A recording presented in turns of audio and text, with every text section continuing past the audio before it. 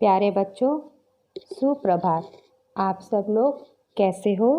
आशा करती हूँ आप सभी लोग अपने घरों में स्वस्थ और सुरक्षित होंगे।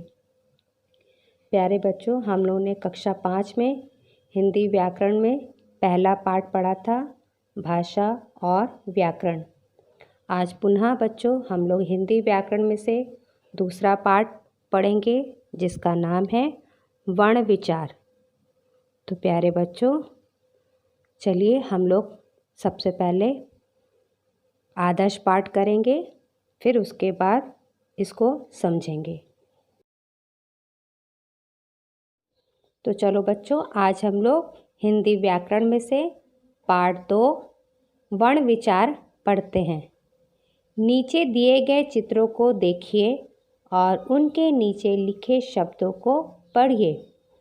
फल, फूल, बालक, बंदर, ये सभी शब्द अनेक छोटी छोटी ध्वनियों के मिल से बने हैं।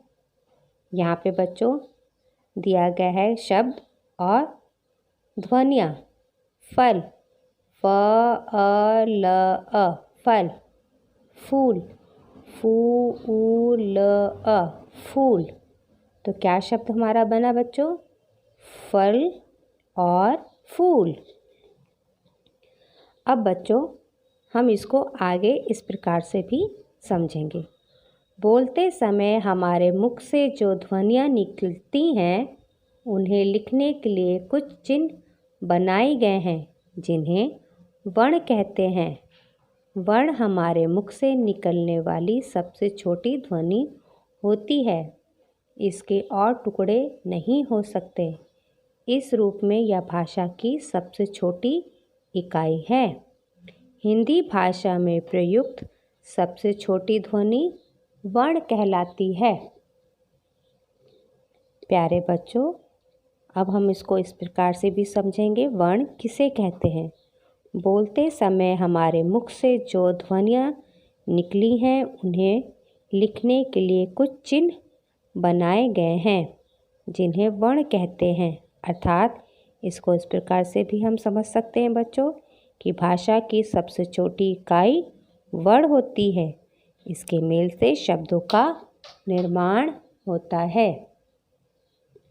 अब प्यारे बच्चों हम आगे बढ़ेंगे वर्णमाला की तरफ। प्रत्येक भाषा में उसके वर्णों के अध्ययन के लिए उन्हें एक निश्चित क्रम में रखा जाता है, जिसे वर्णमाला कहा जाता है। इस प्रकार से बच्चों देखो, वर्णों के क्रमबद्ध व्यवस्थित समूह को वर्णमाला कहते हैं। वर्णमाला किसे कहते हैं? वर्णों के व्यवस्थित क्रम को वर्णमाला कहते हैं। अब प्यारे बच्चों हम आगे की तरफ पढ़ेंगे वर्णमाला के भेद। वर्णों के भेद। प्यारे बच्चों, वर्णों के कितने भेद होते हैं? वर्णों के 2 भेद होते हैं, स्वर और व्यंजन। अब हम स्वर किसे कहते हैं और व्यंजन किसे कहते हैं, उसे भी समझेंगे। स्वर, जिन मूल ध्वनियों का उच्चारण बिना किसी अन्य वर्ण की सहायता के होता है, उन्हें स्वर कहते हैं। स्वरों के भी बच्चों 3 भेद होते हैं, ह्रस्व स्वर, दीर्घ स्वर और प्रलुप्त स्वर। तो कितने भेद होते हैं बच्चों? 3 भेद, ह्रस्व स्वर, दीर्घ स्वर और प्रलुप्त स्वर। अब बच्चों स्वर के बाद हम समझेंगे व्यंजन। व्यंजन किसे कहते हैं? जिन वर्णों के उच्चारण में स्वर की सहायता लेनी पड़ती है, उन्हें व्यंजन कहते हैं। प्यारे बच्चों, व्यंजन के भी 3 भेद होते हैं। पहला स्पर्श व्यंजन, दूसरा अंतस्थैय व्यंजन, तीसरा पुष्प व्यंजन। फिर से बच्चों दोहराइए, व्यंजन के कितने भेद होते हैं? 3, स्पर्श व्यंजन, अंतस्थैय व्यंजन, पुष्प व्यंजन। तो प्यारे बच्चों हम लोग ने आज पाठ 2 में वर्ण विचार में क्या क्या सीखा है, इसको पुनः हम दोहराएंगे। ठीक है बच्चों।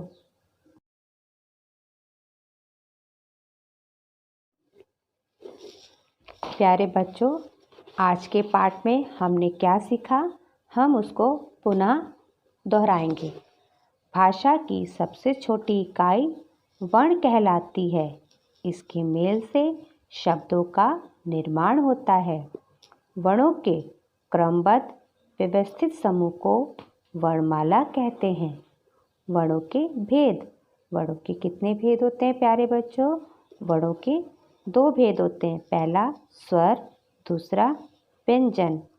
स्वरों के कितने भेद होते हैं? स्वरों के 3 भेद होते हैं।